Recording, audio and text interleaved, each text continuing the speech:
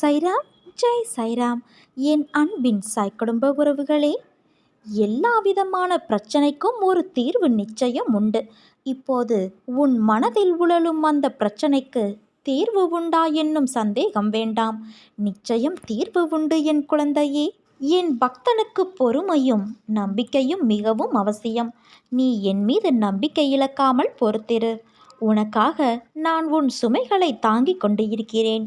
எதுவாக இருந்தாலும் என்னிடம் சொல்லிவிடு, நான் அதை பூர்த்தி செய்வேன். உனக்கு பிறவியிலேயே உதவும் மனம் உண்டு. எப்போதும் நீ ஓடி ஓடி உதவுவாய்.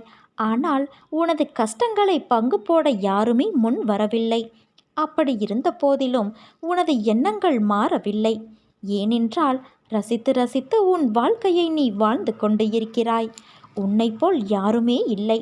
உனக்கு கொடுத்துத்தான் பழக்கமே தவிர வருந்தி பழக்கமில்லை. கடுமையான துன்பத்தில் கூட அனைத்தையும் தாங்கிக் கொள்ள நினைக்கும் உன் மனம். நான் இருக்கிறேன் என்று தைரியமாக முன்னின்று பேசத் துடிப்பாய். ஏன் இப்படி நீ துடிக்கிறாய்? நீ கடந்து வந்த பாதைகள் பல உண்டு. வாழ்க்கையில் அனைத்தும் கிடைத்து அனுபவிக்க முடியாமல் அனைத்தையும் இழந்து மீண்டும் ஏறி வந்த பாதையை நீ தேடி வந்து இருக்கிறாய். உனது விடாமுயற்சி, குறிக்கோள்கள், இடைவிடாது நீ வினவும் என் நாமம், என்னை பற்றி முழுமையாக எடுத்துரைத்தல் என இப்படி நீ செய்து கொண்டு இருக்கிறாய். எந்த சூழ்நிலையிலும் கவலை வேண்டாம் என் தங்கமே. கலங்காதே, நான் உன்னை பாதுகாப்பேன்.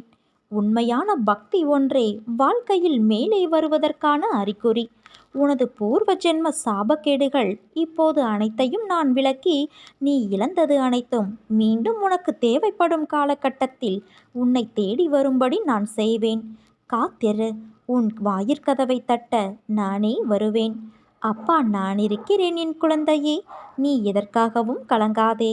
என் அனுமதி இல்லாமல் உன்னை துன்புறுத்தி பார்க்க ஆசைப்படுபவன் என்னை துன்புறுத்தி பார்ப்பதற்கு சமம்.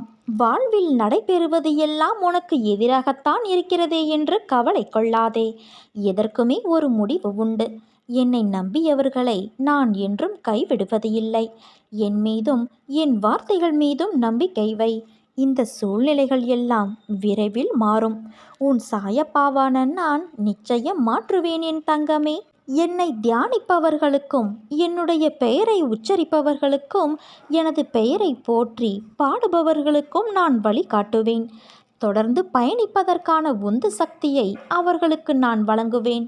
உன்னை முழுமையாக பயன்படுத்தி உனக்கு அமைதியும் ஆனந்தமும் கிடைக்க செய்வேன்.